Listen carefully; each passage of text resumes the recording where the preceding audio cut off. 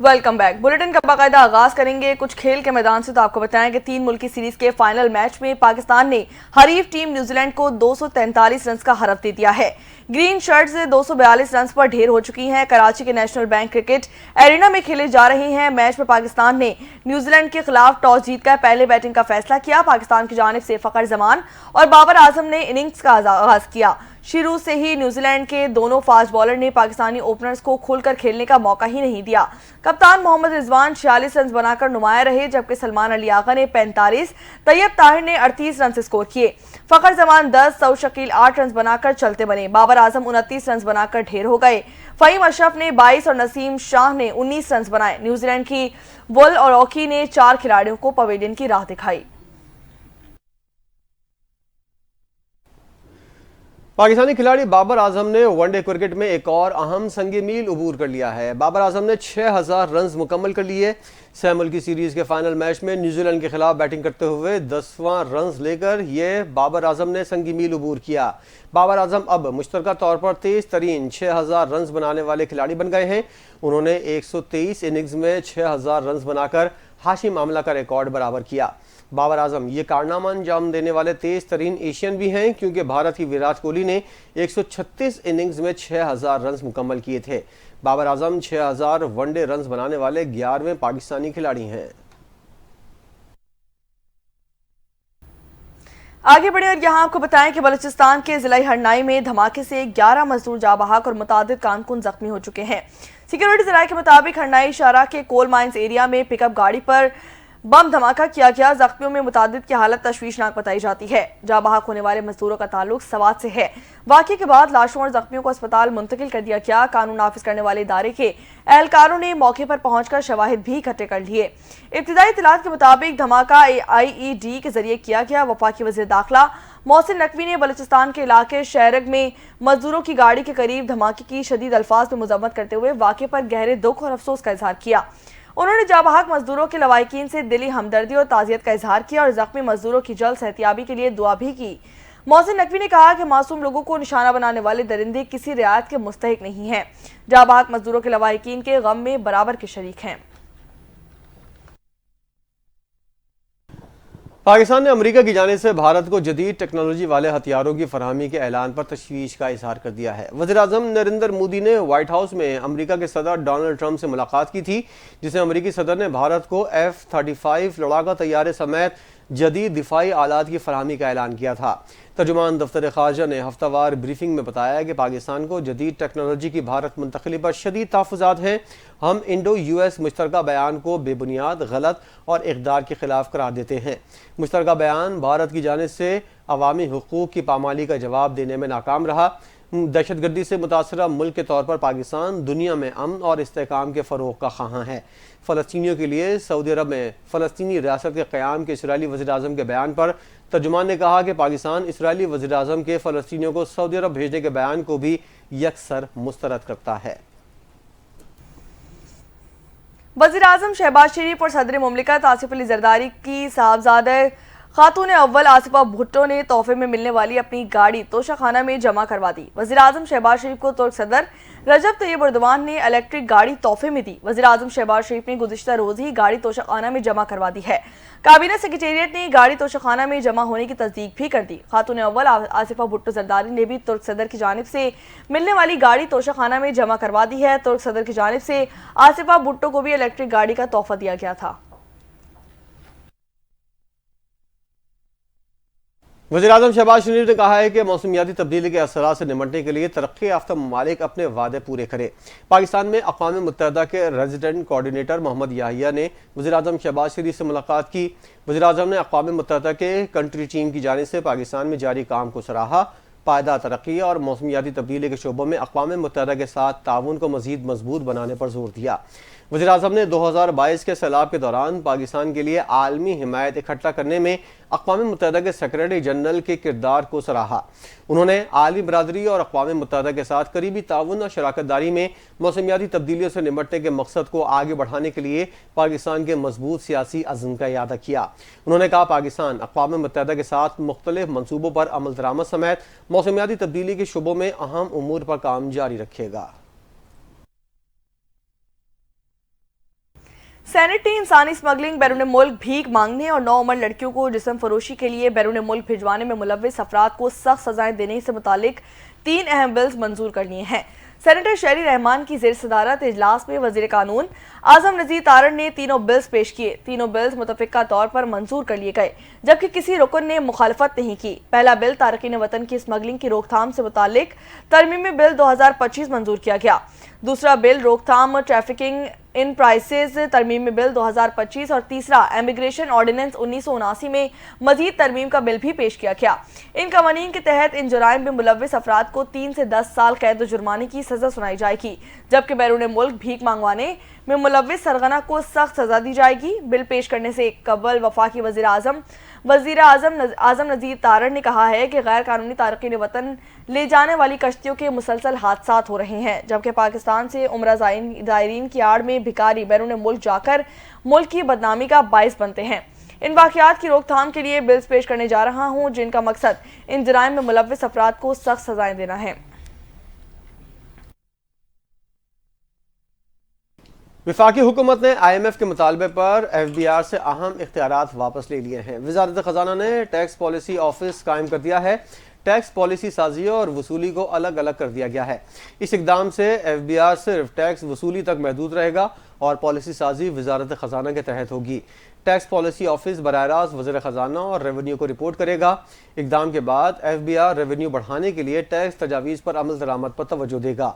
Tax policy office हुकूमती इस्लाहाती agenda और tax तजावीज़ का तज्जिया करेगा। इनकम टैक्स, सेल्स टैक्स और FED के पॉलिसियाँ अब वज़ीर ख़जाना को रिपोर्ट होंगी। टैक्स फ्रॉड को रोकने और खामियों पर काबू पाने के लिए नए इकदाम किए जाएंगे। हुकूमत ने IMF को टैक्स पॉलिसी और वसूली को खुद मुख्तार रखने की यकीन दहानी कराई थी। सुप्रीम कोर्ट ऑफ पाकिस्तान में तैनात होने वाले 7 नए जजेस ने हल्फ उठा लिया है। Chief justice of Pakistan Yahya Afridi ने तमाम जजेस से हल्फ लिया। हल्फ उठाने वालों में कौन कौन शामिल था, जानते हैं इस रिपोर्ट में।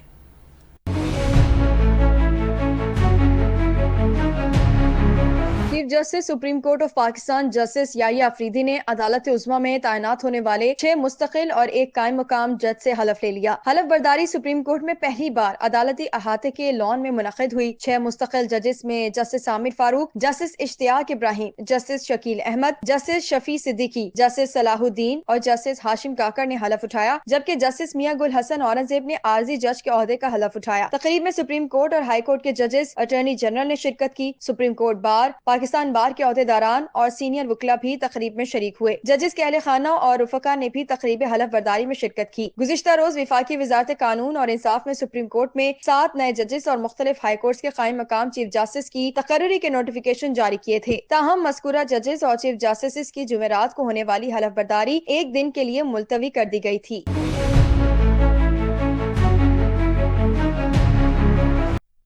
सुप्रीम कोर्ट में नए आने वाले 7 जजेस का बेंच तश्कील दे दिया गया। चीफ जस्टिस याया अफरीदी की सरबराही में 9 रुकनी लार्जर बेंच ने मुख्तलिफ मुकदमात की समाअत की। सुप्रीम कोर्ट में नए जजेस ने 10 केसेस की समाअत की, जिसमें से जमानत मनसूखी की 4 दरखास्तें मुस्तरद कर दी गईं। लार्जर बेंच के जजेस में justice Musarrat Hilali, justice Aamir Farooq, justice Ishtiaq Ibrahim, justice Shakeel Ahmed शामिल हैं। जस्टिस शफी सिद्दीकी और जस्टिस सलाहुद्दीन पंवर कायम मुकाम जज जस्टिस मियां गुल हसन औरंगजेब भी इस बेंच का हिस्सा हैं।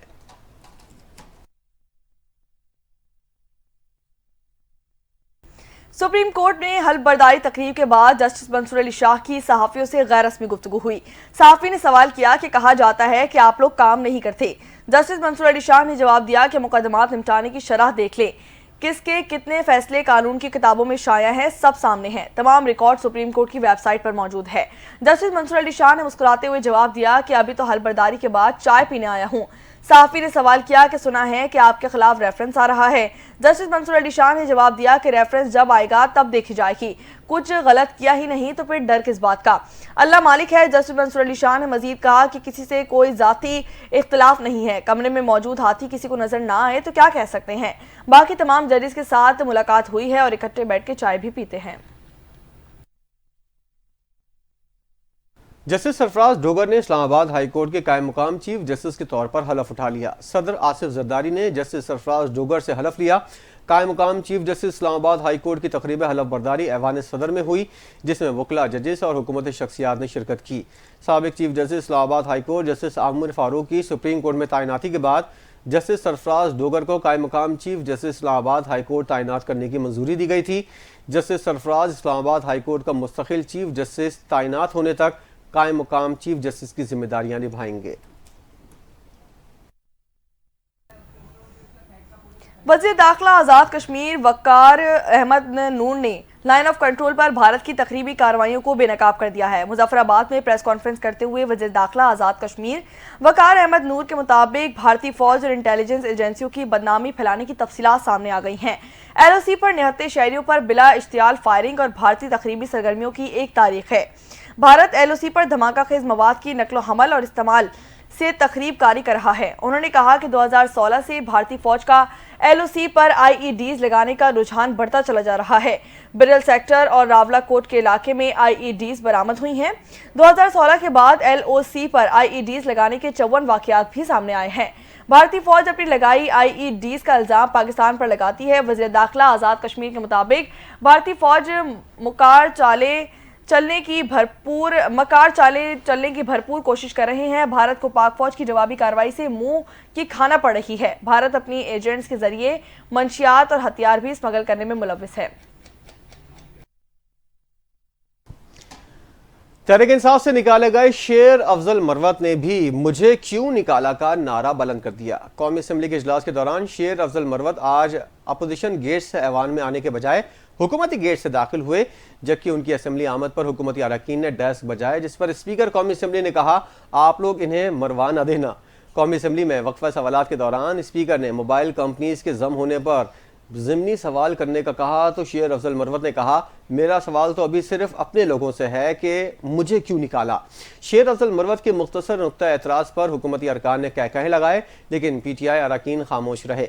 उस मौके पर हुकूमती अरकान ने भी शेर अफजल मरवत का साथ देते हुए मरवत को क्यों निकाला, जालिमो जवाब दो, मरवत को हिसाब दो के नारे लगाए, जबकि हुकूमती अरकान ने बैरिस्टर गौहर को देख कर कहा कि आप भी मेरा साथ दें। असेंबली कार्रवाई के दौरान मुस्लिम लीग नून के रुकन हनीफ अब्बासी ने हल्के फुल्के अंदाज में शेर अफजल मरवत से कहा, हम आपके साथ हैं, PTI में वापस भिजवाएंगे। महमूद अचकजई ने हुकूमत के साथ कमेटियों में ना बैठने का ऐलान कर दिया है। पार्लियामेंट के बाहर मीडिया से गुफ्तगू करते हुए महमूद खान अचकजई ने कहा कि मैं तमाम कमेटियों से इस्तीफा देता हूं जिनका हुकूमत हिस्सा है। मैं तहरीक इंसाफ से भी कहता हूं कि ये भी हुकूमती कमेटियां छोड़ दें। उन्होंने पाकिस्तान तहरीक इंसाफ को मशवरा देते हुए कहा कि हमें पार्लियामेंट के बाहर अपना ऐवान लगाना चाहिए, जिसके स्पीकर असद कैसर होंगे। हमारे मेंबर 100 से जायद हैं और वो हों और अवाम को बताएं कि असल नुमाइंदा जमात है। महमूद खान अचकजई ने कहा कि मैं तो पहले दिन से कह रहा हूं कि ये जाली पार्लियामेंट है। पाकिस्तान तहरीक इंसाफ का मैंडेट चुराया गया है। तारीख में कभी भी IMF का वफ्द अदालत में नहीं गया। बैरिस्टर गौहर ने मीडिया से गुफ्तगू करते हुए कहा कि ऐवान की कारकर्दगी मायूस कुन है। हमने हर मुमकिन कोशिश की है कि ऐवान चलाया जाए। हमने प्रोडक्शन कमेटी और मुज़ाकरात कमेटी में भी सियासी मसाइल का हल सियासी तरीके से निकालने की कोशिश की है। साहबजादा हामिद रजा ने मीडिया से गुफ्तगू करते हुए कहा कि एक साल के अंदर पार्लियामेंट की नाकामी उससे ज्यादा तारीख में नहीं देखी। इस साल में पार्लियामेंट में हमला हुआ और कमेटियों के एजेंडे भी बदल दिए गए।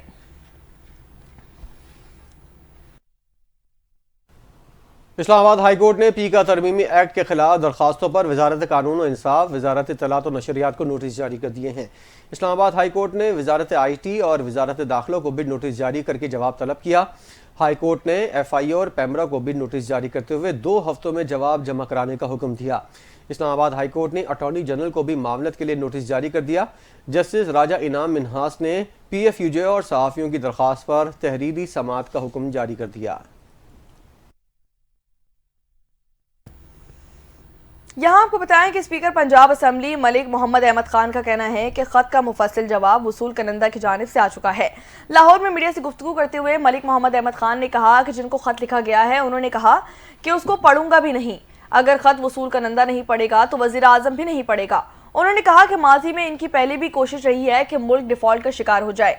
इनका एजेंडा सिर्फ एक ही था कि मुल्क को डिफॉल्ट कर दिया जाए।